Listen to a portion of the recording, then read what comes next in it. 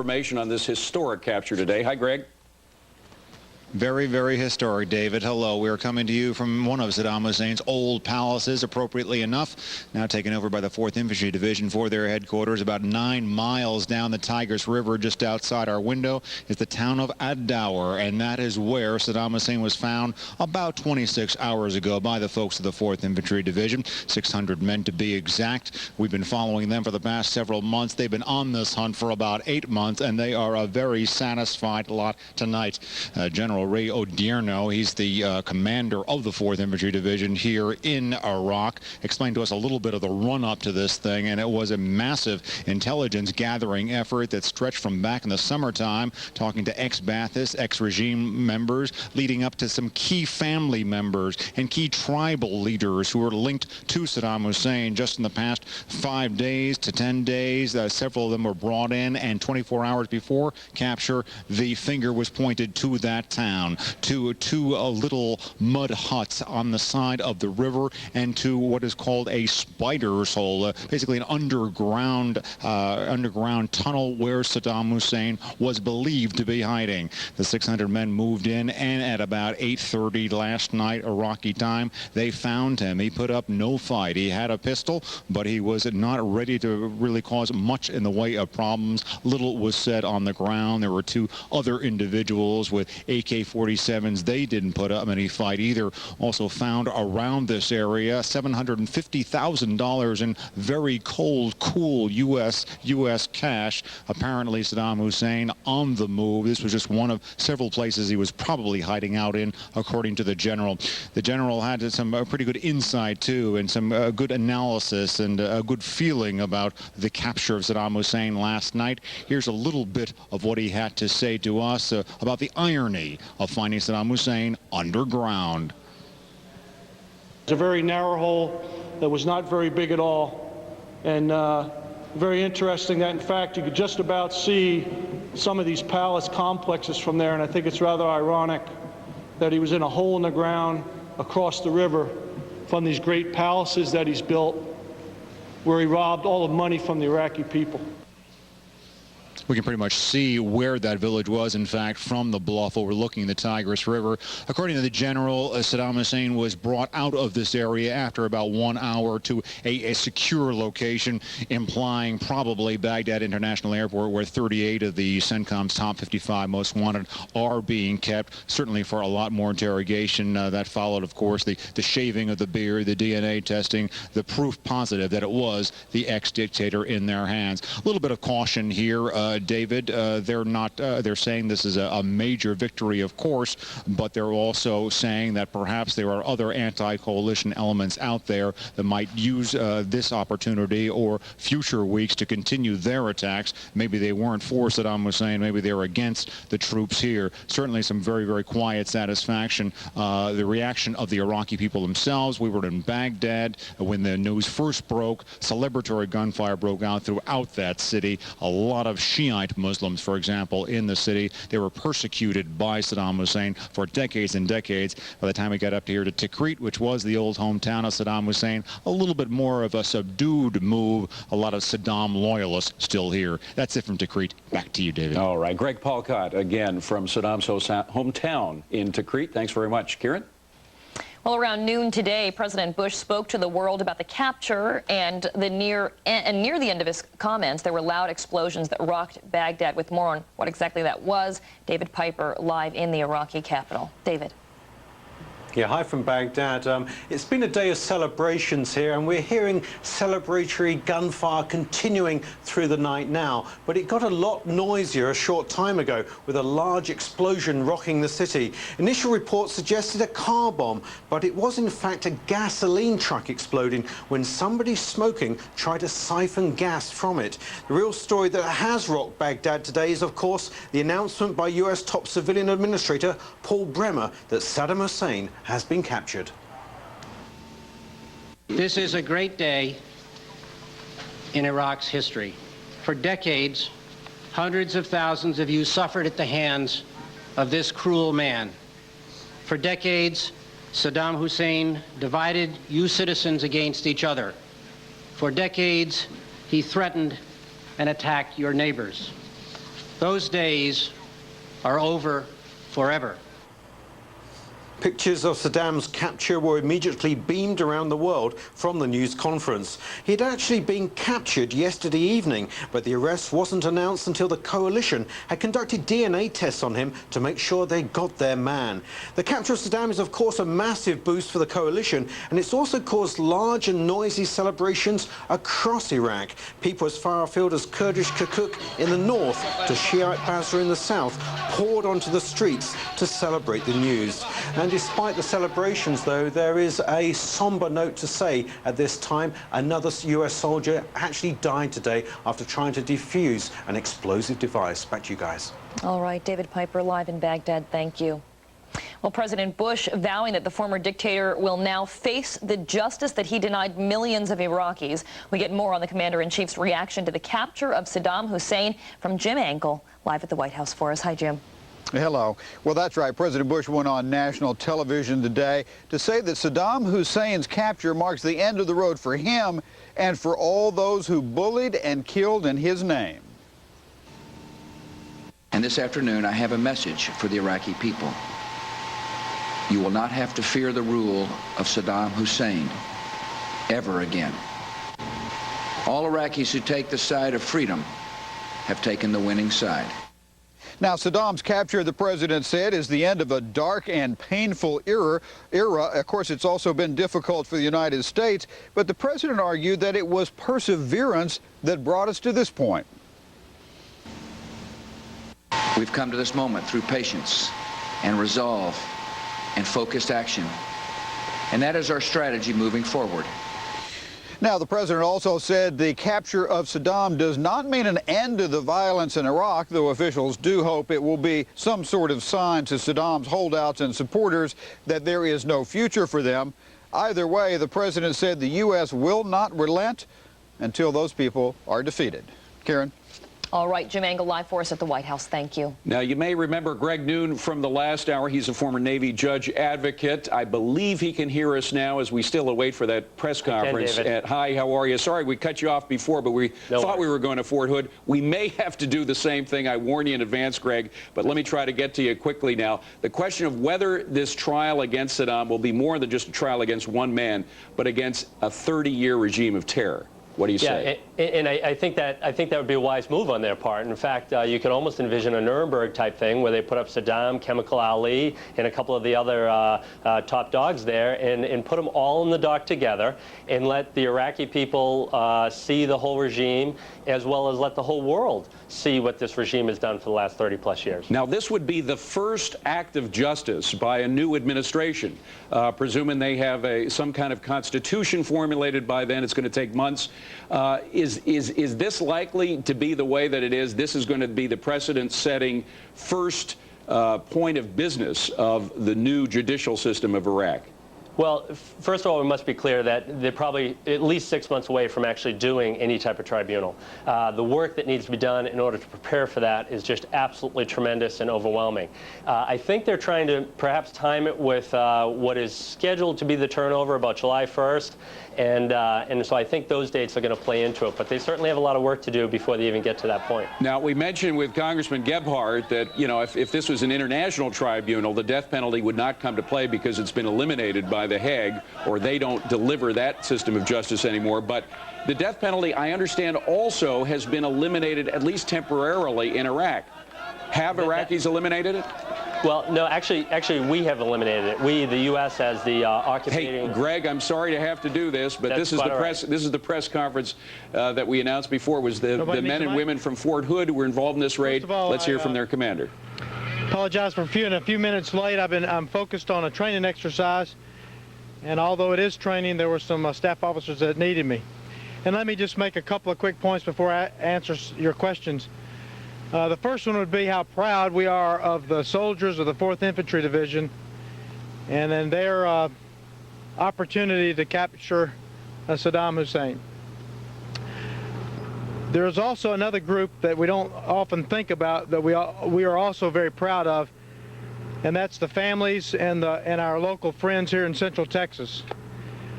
Because our families have been so supportive and our local community so supportive, those soldiers could better focus on their mission, and that obviously paid off earlier today and last night. The other point I'd make to you is that the operations in Iraq are not complete.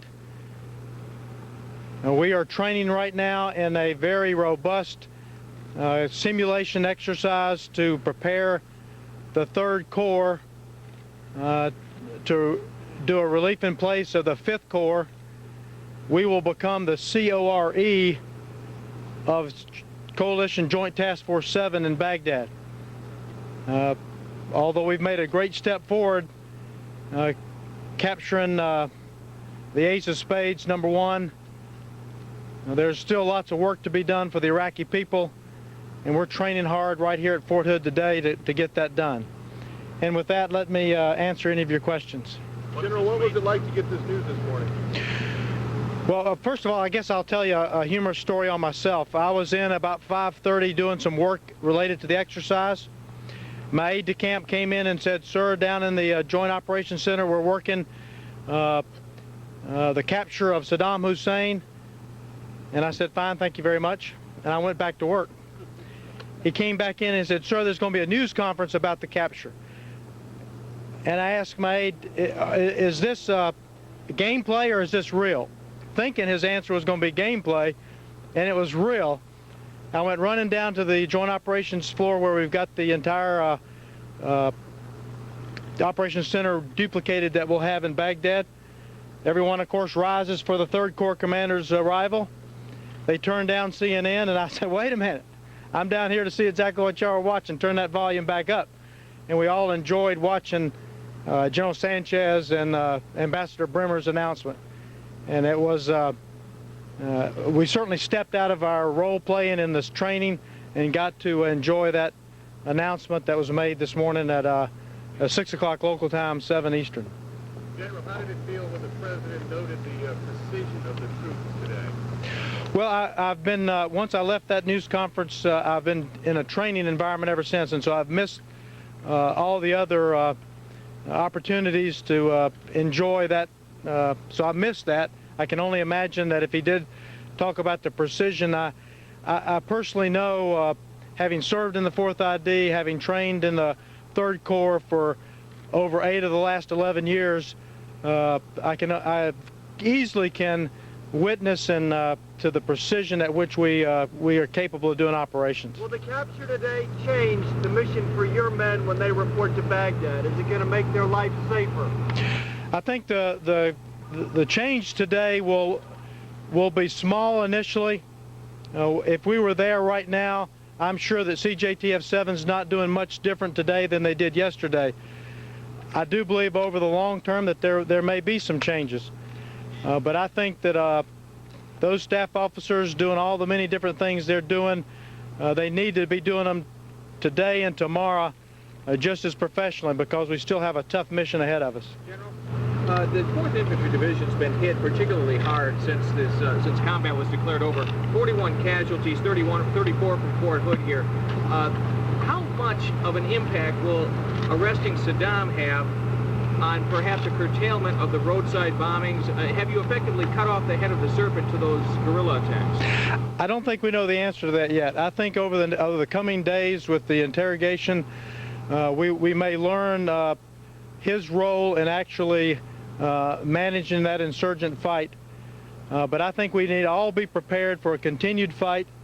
There are still those that have lost from the past, and will try to regain what they've lost at the expense of the Iraqi people, and we need to continue to work towards the security and stability for the Iraqi people. General, what can you tell us about the 1st Brigade combat team that found Saddam today? Well, the 1st Brigade combat team in the mid-90s was what we call the Task Force 21. It was the first to experiment with digital capabilities. It trained very hard. We stabilized those people in those days. It became a very well-trained brigade.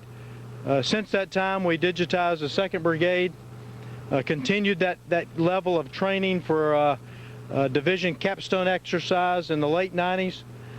And so they have had the opportunity over quite a while to be a very highly trained combat brigade, and it showed and paid off today and last night. General, can you talk about searched hundreds of places before having success?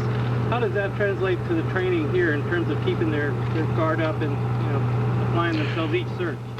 Well, you bring up a great point about how does it translate. We are in a collaborative environment constantly at all levels. Many of these staff officers training collaboratively work with their counterpart that they're going to replace.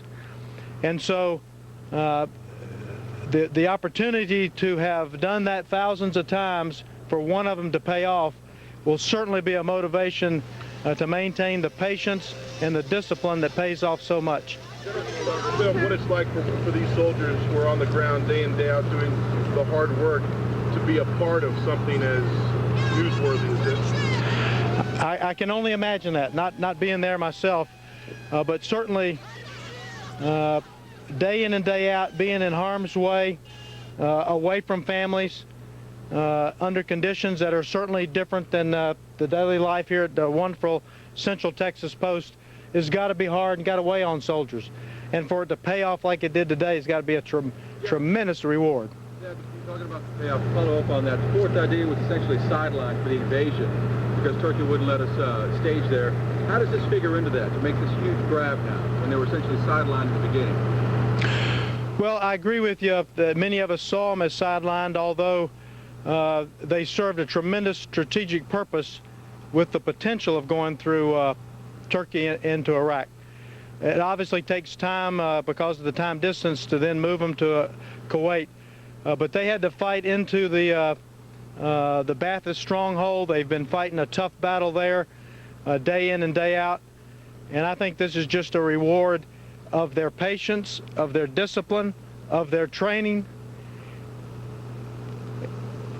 and clearly I go back to one of my themes, the tremendous support of their families and the Central Texas community that's come together here at Fort Hood. Two more questions for the General, please. How does this alter the mission for this Marine Corps? I don't think it alters it at all. I mean, we still have a very tough mission to help the Iraqi people create a stable, secure environment so that governance can move forward, the economy can move forward, and we can continue to help the Iraqi people enjoy the freedom that the loss of Hussein has given them. There was one over here. You've had a couple of... I was going to say, tell me about the mood of the base now. I mean, you told us you were standing around, you were watching the TVs. In general, this whole base must be bursting with pride. Well, again, I saw the 6 o'clock Central Time news conference and then went back to training myself. I know that the staff that's close to me that I've trained with have been certainly pepping their step in an up-tempo. And I can only imagine across the post, which I haven't seen, but I can only imagine that tempo's up pretty good. But the troops in the mission, Excuse me, sir, Was the 2-4 aviation the aviation involved? I don't know that. I really don't know much about the tactical piece of the operation. I look forward to learning from General Odierno all the details, as I'm sure we all would like to. Anybody over here? Yes, ma'am. General, did you ever have any doubt in your mind that your men and women would be able to nab the Ace of Spades? Oh, sure, there's doubt. You did know, though, that the 4th ID was in a tough region, and a region that Saddam could have worked a little more safely than other regions. So there was always that little hope that, and hope not being a course of action, but there was always that thought that maybe he's there and maybe the 4th ID will get him, and that came true today. General, do you think the members of the 1st Brigade are going to get a Christmas bonus? I'm sorry? Do you think the members of the 1st Brigade are going to get a Christmas bonus? Christmas bonus. Oh, they've gotten their Christmas bonus in the sense that they've got a tremendous victory and boost to their morale. We will continue to support the year in country, but I've got a feeling when they come home, there will be plenty of cheers and pride for them. Sir, I was just trying to clarify, the soldiers that are out on the post here doing their training, that news has filtered out through all of them as well. Oh, I'm sure it has. You can't keep something like this in. Yes, ma'am. So late. Can you recap for us really quickly? I know you've probably gone over it. The kind of training that went into this final day that would capture Saddam what many people don't realize is we do a tremendous, I think you do realize we do training here at Fort Hood. But one of the real strengths that our armed forces has is we continue to train in theater. And so when soldiers of the 4th ID were not on operations and not doing very needed rest, I suspect that they were doing training in order to be, their skills to be continued very sharp to pull off an operation as quickly and as successfully as they pulled it off. I knew there was success because of the cigars that some troops reportedly fired up. Is that something they might have held for this day particularly? I don't put that past soldiers at all. Soldiers will do some things like that, hold a cigar for that moment, and that's part of the traditions that they need to enjoy. Thank you, sir. Thank you very much. I appreciate it. Lieutenant General Tom Metz, spelling his name, M-E-T-Z. He's the a 3-star general, lieutenant general. He's the commander of Army's 3rd Corps, and he's with the Infantry Division, the 4th Infantry Division, which played a critical part today in the capture of Saddam Hussein. For some more perspective on the capture from inside the Beltway, let's go to Senator George Allen of Virginia. He joins me now from Washington. Actually, Senator Allen, if you'd forgive us for just a minute, let's listen again to General Metz. He's got a PS to say. In so many cases, their backsides covered by friends, by unit rear detachments, by family readiness groups, and by wonderful citizens of Central Texas. Thank you very much. It's a very important PS to the families of the members of the 4th ID. It's kind of hard to break away without giving them as much credit as you possibly can. Those are the folks who put their sons and daughters in harm's way. Senator Allen, thanks so much for waiting along with us as we watch that really celebration from Fort Hood, Texas. What would you say to the men and women of the 4th ID? Thank you, and job well done. You can see how this is just really increasing the morale of the troops. They've been in a very precarious situation, dangerous situations. The families back home, of course, worried about their sons and daughters in the precarious positions in Iraq. And really, this is a great celebration, but a big morale boost for them. And Virginia being the home of so many in the Navy and the armed forces, I know there's a lot of folks in Virginia and all across the country celebrating, but of course the 4th Infantry Division is the one that's obviously captured Saddam Hussein. So this is really a great boost for them. And of course we're so grateful to them all, and also recognize that they remain in a very precarious, dangerous position as this war on terrorism continues. Absolutely. It is still dangerous, but whether or not it's a quagmire is another question. We've heard that word thrown around a lot. What does the capture of Saddam Hussein do to the naysayers, the folks like Howard Dean and Al Gore who say that it was a mistake to go in the first place, and it's become a quagmire that we have to pull out of as soon as we can? What does it do to them? I think anybody who continues with such partisan sniping rather than being unified in this war on terrorism and supporting our troops is going to be looked upon as irrelevant in the minds and the hearts of the American people.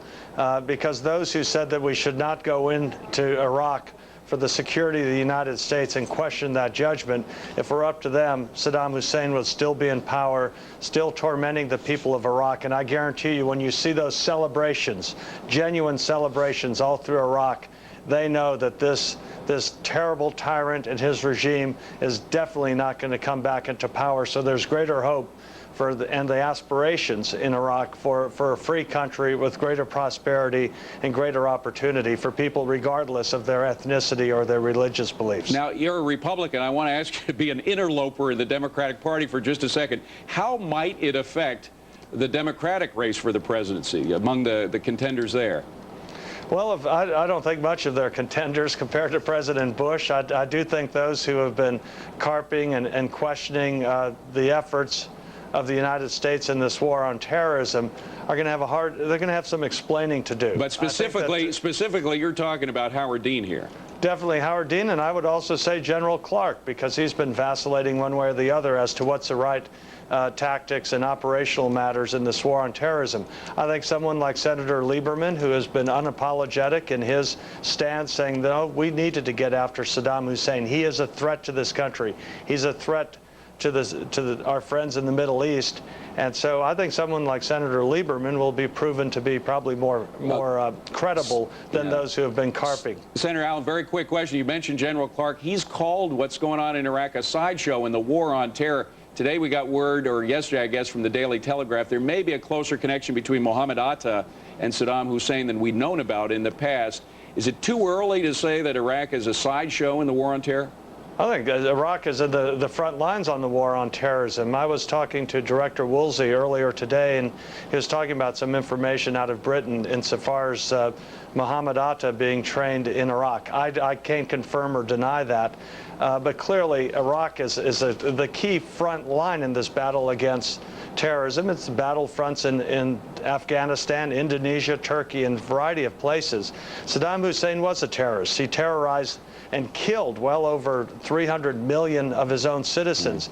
He was obviously 300,000, I think you mean. What did I say? 300 million? 300 million, I'm sorry. but it may be as high as a million. 300,000, but we do know he was offering $25,000, $30,000 to families who would send their sons or daughters into murdering people in Israel. So the world is safer. The people of Iraq are clearly safer, and so are Americans, because we've gone on the offensive, not sitting back and getting slapped around on this war on terrorism. So anybody who doesn't think this is part of the war on terrorism, I think they're out of touch with reality and unfortunately just looking at partisan purposes in their remarks. Senator Allen, we have to leave that. Senator George Allen from Virginia, we thank you very much for coming in, sir, and thanks for waiting around for us. Appreciate it. You're welcome. Kieran?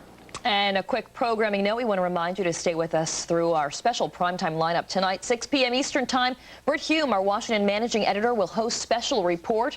Shepard Smith and the whole Fox Report crew is also here 7 p.m. to bring you up to date on the very latest. Then at 8 p.m. Eastern, Bill O'Reilly is here with a special live edition of the O'Reilly Factor. You won't want to miss Bill's take on today's historic events. And then Shepard doing double duty. He's back at 9 Eastern with an hour-long special on the capture of Saddam. And keep it on Fox News Channel 10 p.m. Geraldo Rivera takes the reins with At Large for continuing coverage for the rest of the day and throughout the evening. Jeez, it just never stops. We keep it going right here. Well, now that the former dictator's been captured, can the world close the books on his development of weapons of mass destruction? Will he say anything about where those weapons may be? We've got a live report coming up right here on Fox.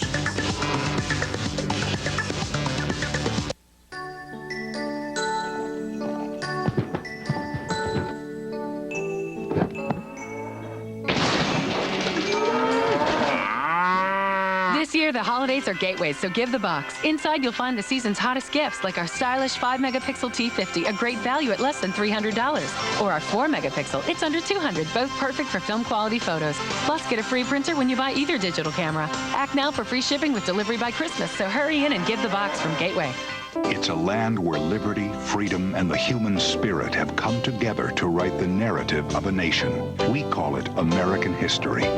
And the United States Mint is proud to honor that history with beautifully crafted coins, proof sets, and other fine collectibles. Now you can order these genuine United States Mint products directly from the Mint. Just call toll-free 1-800-USA-MINT or shop our online catalog at www.usmint.gov. What's the deal with the LG VX6000 camera phone from Verizon Wireless? It's only $79.99. That's a picture-perfect deal. And now you can also get instant messaging, so you can send and receive messages as easily as you do from your desktop. Get the message? You can even access contact lists, so you know when your friends sign on, too. So stop by your Verizon Wireless communications store today and get the phone you want at a price you need to see to believe. Verizon Wireless. We never stop working for you. Planning to sell your home or condo this year? You're probably wondering how much it's worth. You can find out free on the web at housevalues.com. So if you're planning to sell, visit housevalues.com today. That's housevalues.com. New from Ricola, nature's protection with extra vitamin C. To help strengthen your immune system. Naturally. Ricola! Tonight. Hundreds of thousands of you suffered at the hands of this cruel man. Those days are over forever. The tyrant is a prisoner. Saddam Hussein captured by U.S. forces. For breaking news, updates, and live reports from the region, stay with Fox News Channel for continuing coverage. Tonight, it's special coverage. At 9, Shepard Smith hosts The Capture of Saddam Hussein. At 10, Watch at Large with Geraldo Rivera. Then at 11, catch a special edition of The O'Reilly Factor. This is a Fox News alert. We're bringing you the latest now on the dramatic event, the capture of Saddam Hussein, the former Iraqi dictator, captured after a raid in his hometown of Tikrit. He was found hiding in a 6 by 8 foot hole in a mud hut near a farmhouse. DNA tests were conducted to confirm his identity. President Bush calls Hussein's capture critical for the rise of a free Iraq and an assurance that the old regime is gone for good. And he thanked the Army for their work, but warned that the danger in Iraq does still exist. Iraqis across the country pouring into the street to celebrate the announcement. They were out in force.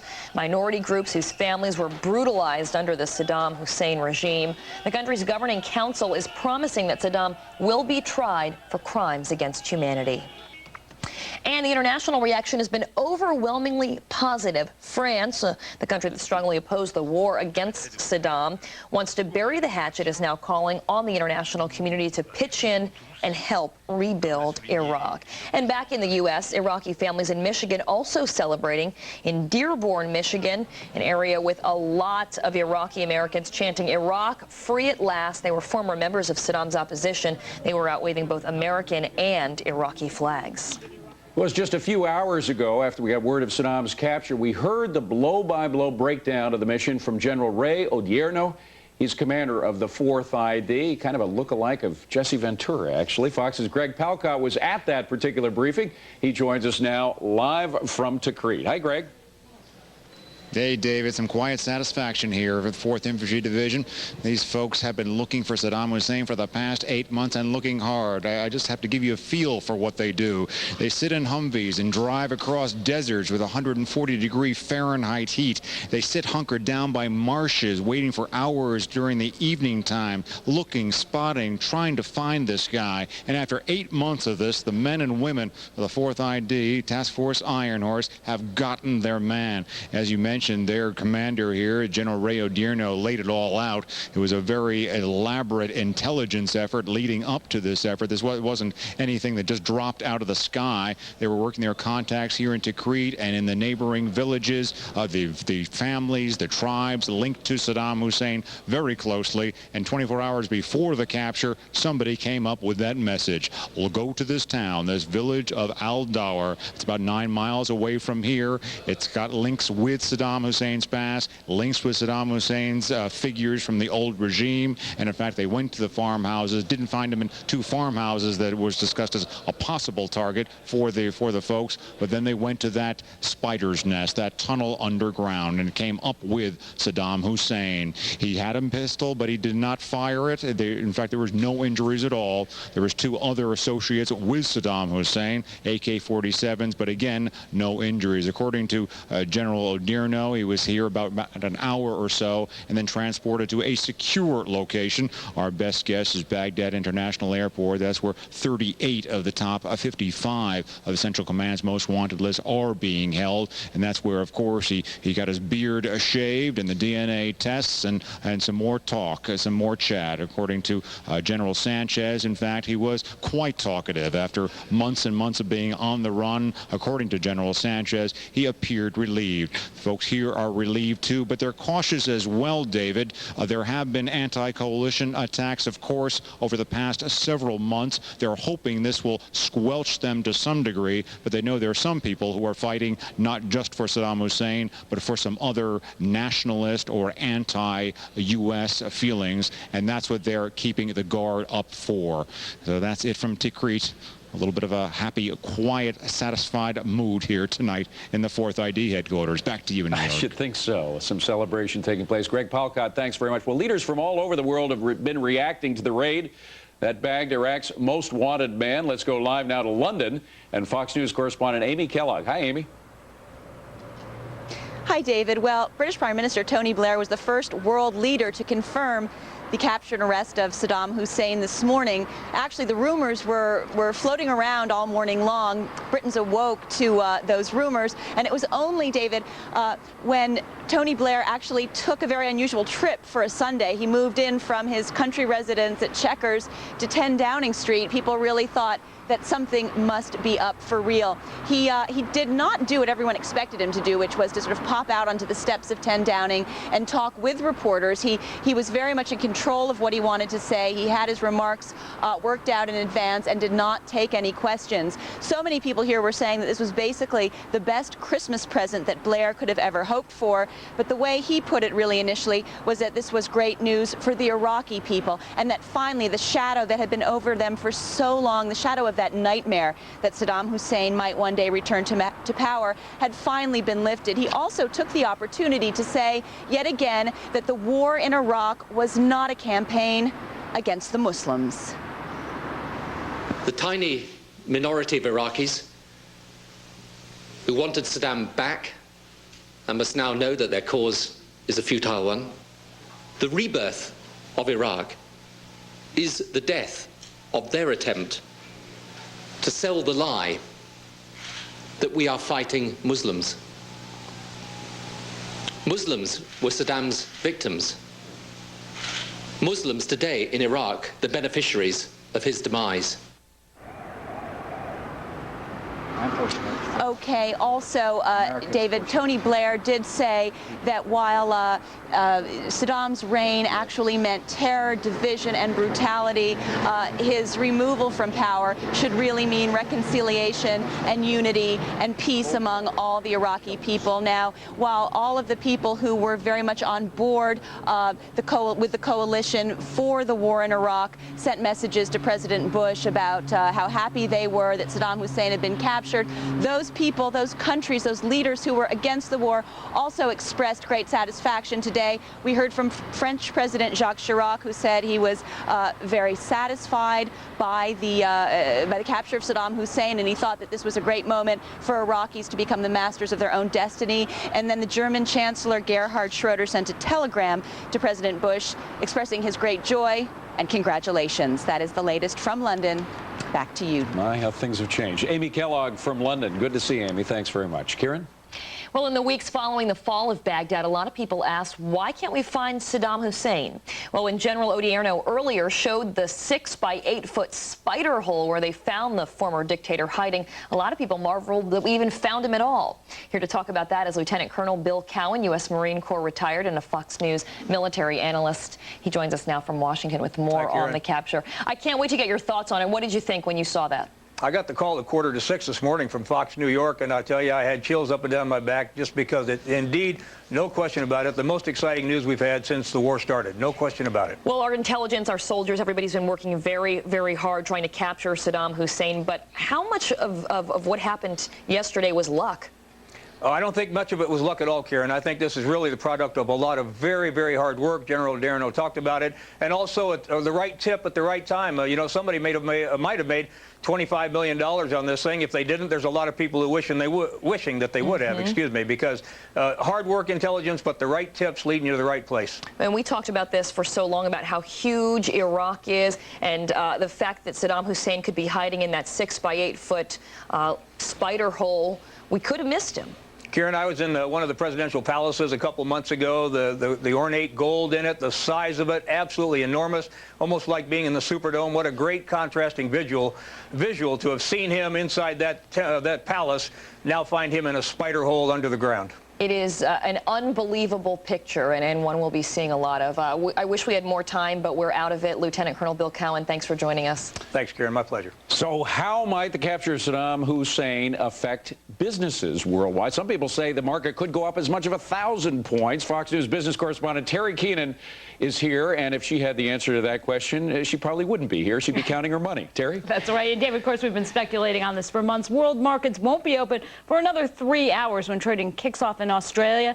That's followed an hour later by the start of trading in Tokyo at 7 p.m. Eastern Time. But there is little doubt that the capture of Saddam Hussein will be greeted with the same enthusiasm in free markets as it has been in freedom-loving countries around the globe today. Saddam's capture removing one big question mark from the markets, which have already been rallying in Europe, Asia, and here in the U.S. ever since the U.S. went into Iraq in March. Here in the U.S., Saddam's capture likely to put a big exclamation point on a bull run that took the Dow soaring past that 10,000 mark last week for the first time in 18 months. And while it's impossible, that is, to put a number on it, experts have estimated that Saddam's capture could be worth a few hundred points on the Dow Industrials. We'll know for sure come tomorrow morning. But it's not just stocks that are likely to benefit from all this. The U.S. dollar likely to rally in a show of confidence for Americans' efforts in Iraq.